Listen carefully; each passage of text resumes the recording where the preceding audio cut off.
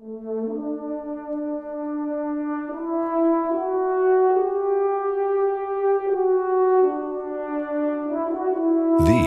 are the faces of strength, the faces of the Army family.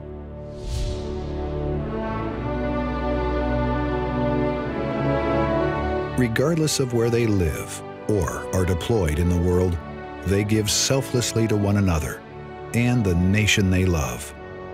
Listen, watch, see why they now and forever are the strength of the nation.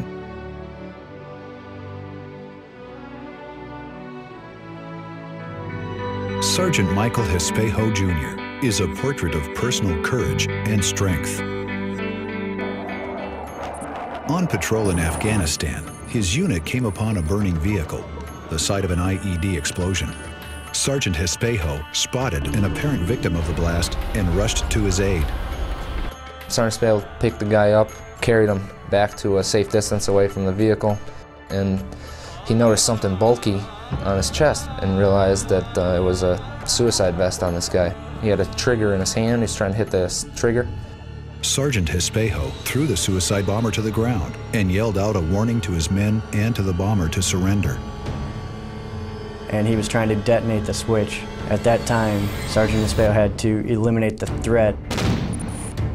Under extreme stress, Espejo made a shot with pinpoint accuracy. Inches lower, he may have detonated the bomber's massive explosive charge. A lot of soldiers would have backed out. He knew how big of a threat it was, and he was still placing himself there rather than trying to get back. What he did just reinforces the type of leader and soldier that he is. I have been trained well, and it is a privilege to pass that knowledge on to others. I am Sergeant Michael Espejo.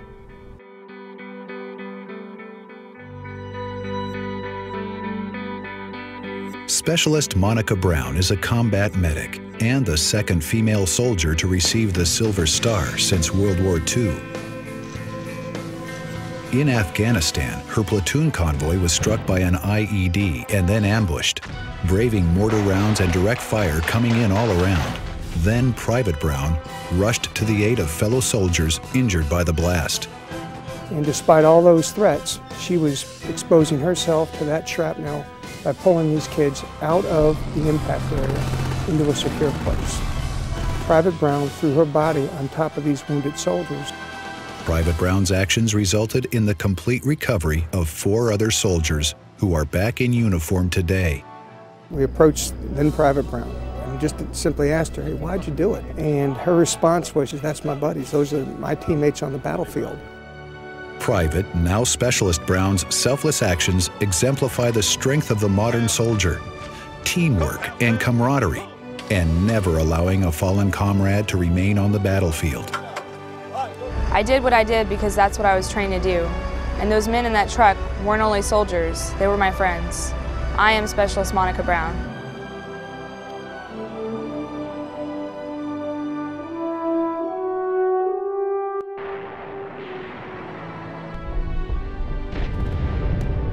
Once a soldier, always a soldier. Chief Warrant Officer Melvin Nestaby's story is one of valor on the battlefield, courage, and survival.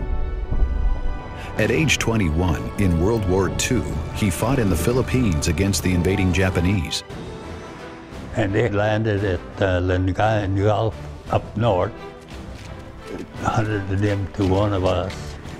We put up resistance to every footed away, but we couldn't hold them. Them bullets going by your ear sound like a mosquito.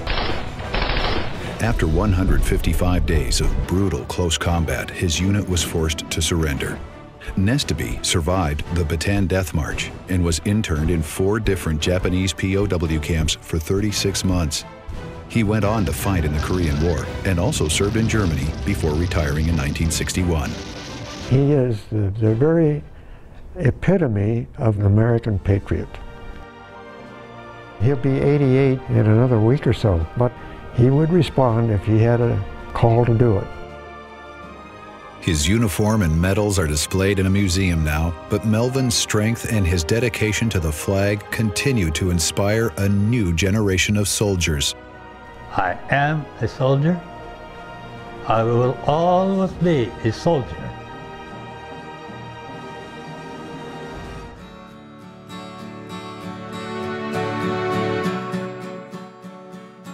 David is the spitting image of my husband, Paul. He is very loved by everybody, and he's a typical teenager. David Smith may seem typical, but he's far from it. In 2003, his father, Paul Ray Smith, was killed in Iraq. His unit was ambushed, and he single-handedly held off up to 100 enemy soldiers in order that his wounded brothers could escape. He received the Medal of Honor, which the President of the United States presented to David. The moment I told him that his father has passed away, he stood up and he was the man. David told me, "Mom, don't be sad. He is with God and he saved many soldiers." David's quiet strength has helped his family cope with their devastating loss. And at school and to his friends, he tells of his father's story often, of his heroic deeds, and of his just being Dad. David would want people to know how his father was as a father. Outgoing, warm-hearted, a fun guy. To all of our family and friends back there and at home, like you see from the big mess you already saw already, we're staying busy and we love you and miss you. You guys take care on the home front. Paul Ray Smith's spirit lives on in the hearts of the family he left behind. To the rest of the world, he received the Medal of Honor. To me, he's my dad and my hero. I'm David Smith.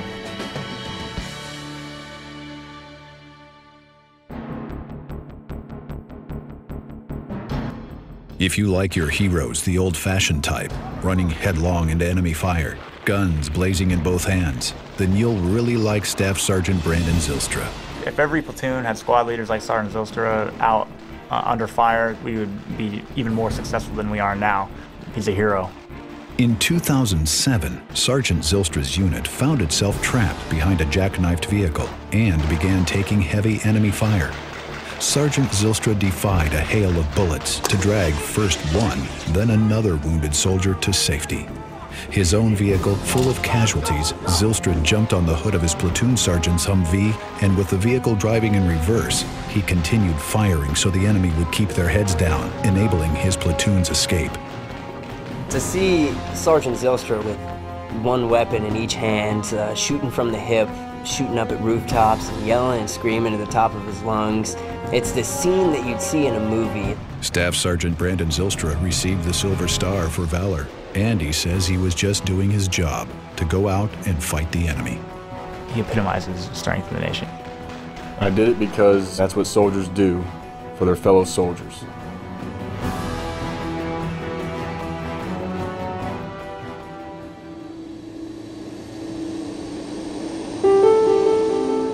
We do it every single day, rain, sleet, or snow, 365 days a year, holidays included. You have to see it to believe it and to feel the energy. You have to be there. When I'm escorting soldiers through those doorways and they see 100, 200, up to 500 people sometimes, they are totally shocked.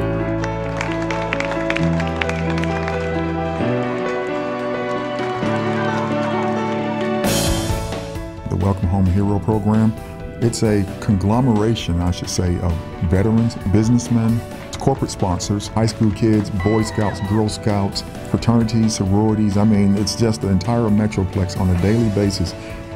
Donna Cranston is the lead on the coordination to make sure that we have the families in line first, then we have the veterans, and then we have the meeters and greeters after that, and to make sure everybody is happy. And she has to be out here first, and she has to deal with family members.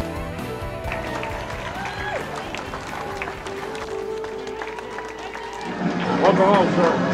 I look into the veterans' eyes and I watch how it makes them feel, and they cry.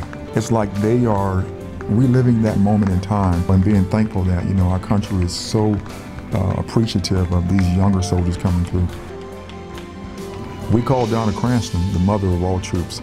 If she's on top of the job, the mission will be completed. As a grateful American, I can tell you there's nothing like looking our troops in the eye shaking their hand, and thanking them for serving our country. They may be ordinary people, but the simple fact is that they do extraordinary things. And that's why we can say that they are faces of strength, the strength of the nation.